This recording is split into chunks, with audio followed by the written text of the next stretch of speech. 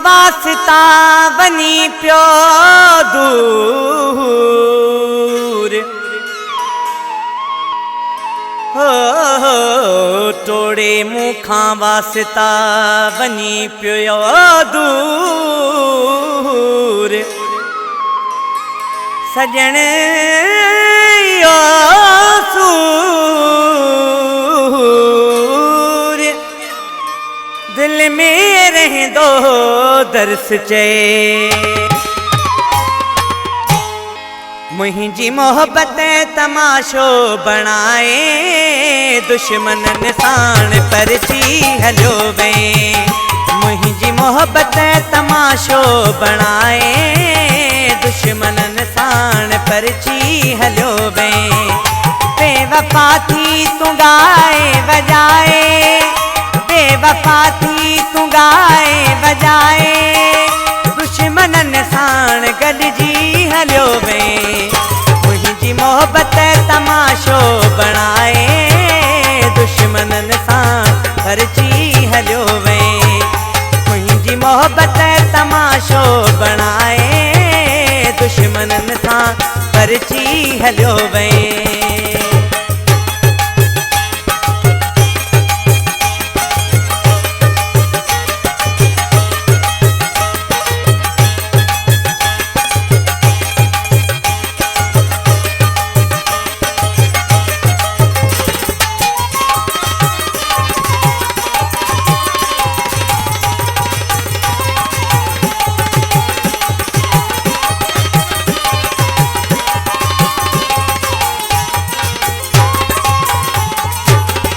छा त वायदा हुया छा कसम तो खया तोखे गालियूं समूरियूं ई विसरी वयूं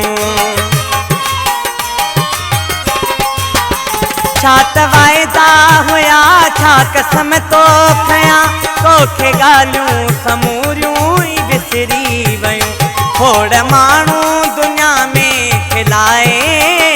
दुश्मनन सां सरची हलो वे खोड़ माण्हू दुनिया में खिलाए दुश्मनन साण परची हलो वे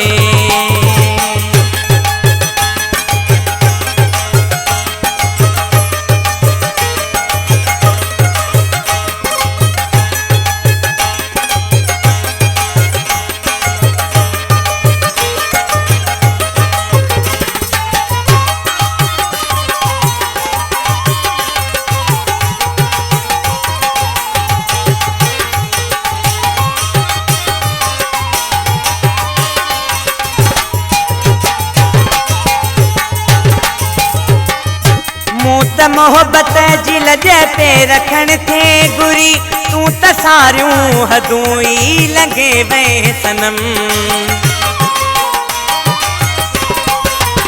मूं त मोहब्बत जी लजे पे रखण थे गुरी तू त सारियूं हदूं ई लंघे वे सनम पर वसन जा त पोपट उॾाए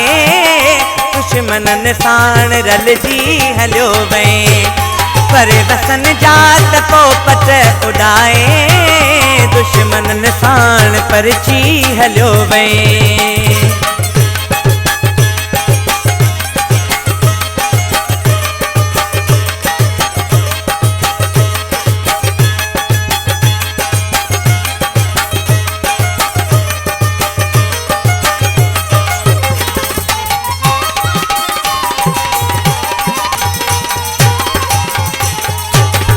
दर्स तुंहिंजे करे पियो थो जो बन करे ऐं अयूब असां खां छो थी वे परे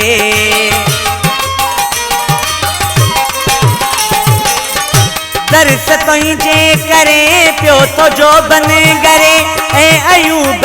असां खां छो थी वे परे सभु उमेदूं मिटीअ में मिलाए दुश्मनन साण गॾिजी हलो वे मुझी मोहब्बत तमाशो बनाए दुश्मनन साण परची हलो वे बेवफा थी तू गाए बजाए दुश्मनन साण गॾिजी हलो वे मोहब्बत तमाशो बणाए दुश्मनन सां परची हलियो वई मुंहिंजी मोहब्बत तमाशो बणाए दुश्मनन सां परची हलियो वई।